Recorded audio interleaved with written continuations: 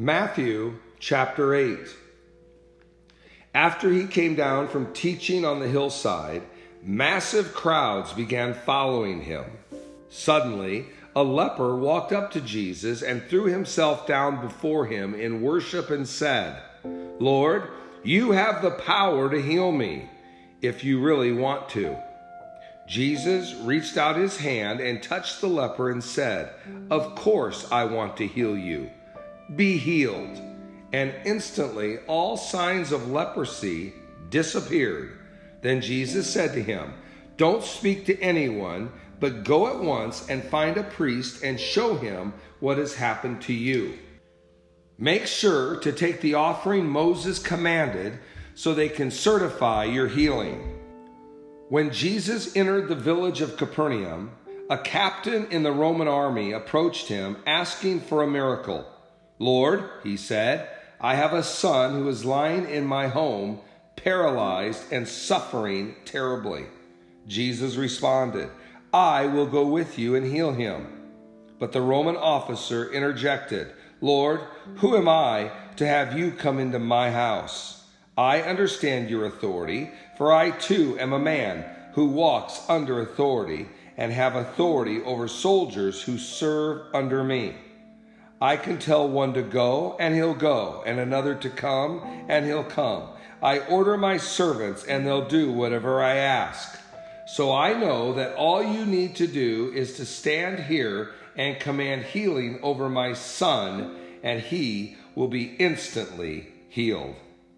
Jesus was astonished when he heard this and said to those who were following him, "He has greater faith than anyone I've encountered in Israel.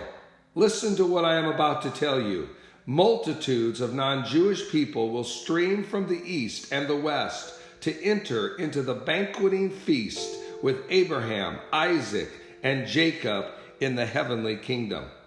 But many Israelites born to be heirs of the kingdom will be turned away and banished into the darkness, where there will be bitter weeping and unbearable anguish." Then Jesus turned to the Roman officer and said, "Go home. All that you have believed for will be done for you." And his son was healed at that very moment. Then Jesus went into Peter's home and found Peter's mother-in-law bedridden, severely ill with a fever. The moment Jesus touched her hand, she was healed. Immediately she got up and began to make dinner for them.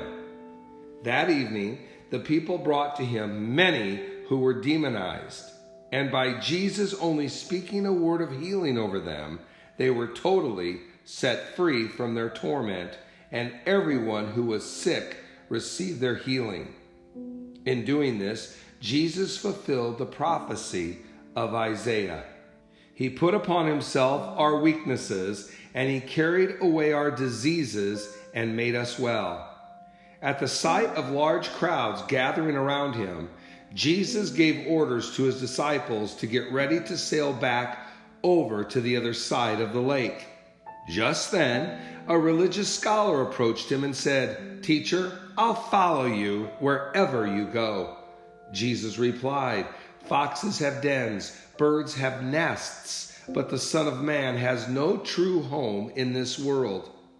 Then another man spoke up and said, "Lord, I'll follow you, but first I must care of my aged father and bury him when he dies." But Jesus said to him, "Now is the time to follow me, and let those who are dead bury their own dead." They all got into a boat and began to cross over to the other side of the lake. And Jesus, exhausted, fell asleep. Suddenly, a violent storm developed. With waves so high, the boat was about to be swamped. Yet Jesus continued to sleep soundly. The disciples woke him up, saying, "Save us, Lord, we're going to die." But Jesus reprimanded them. "Why are you gripped with fear? Where is your faith?" Then he stood up and rebuked the storm and said, "Be still." And instantly it became perfectly calm. The disciples were astonished by this miracle and said to one another, "Who is this man? Even the wind and waves obey his word. When they arrived on the other side of the lake in the region of the Gadarenes, 2 demonized men confronted Jesus. They lived among the tombs of a cemetery and were considered so extremely violent that no one felt safe passing through that area. The demons screamed at Jesus, shouting, "Son of God, what do you want with us? Leave us alone. Have you come to torment us before the appointed time?" There was a large herd of pigs feeding nearby, so the demons pleaded, "If you cast us out, send us into that herd of pigs." Jesus commanded, "Then go." And at once the demons came out of the men and went into the pigs.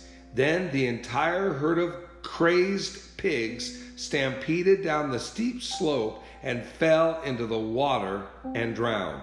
The men who were herding the pigs fled to the nearby town and informed the people of all that had happened to the demonized men.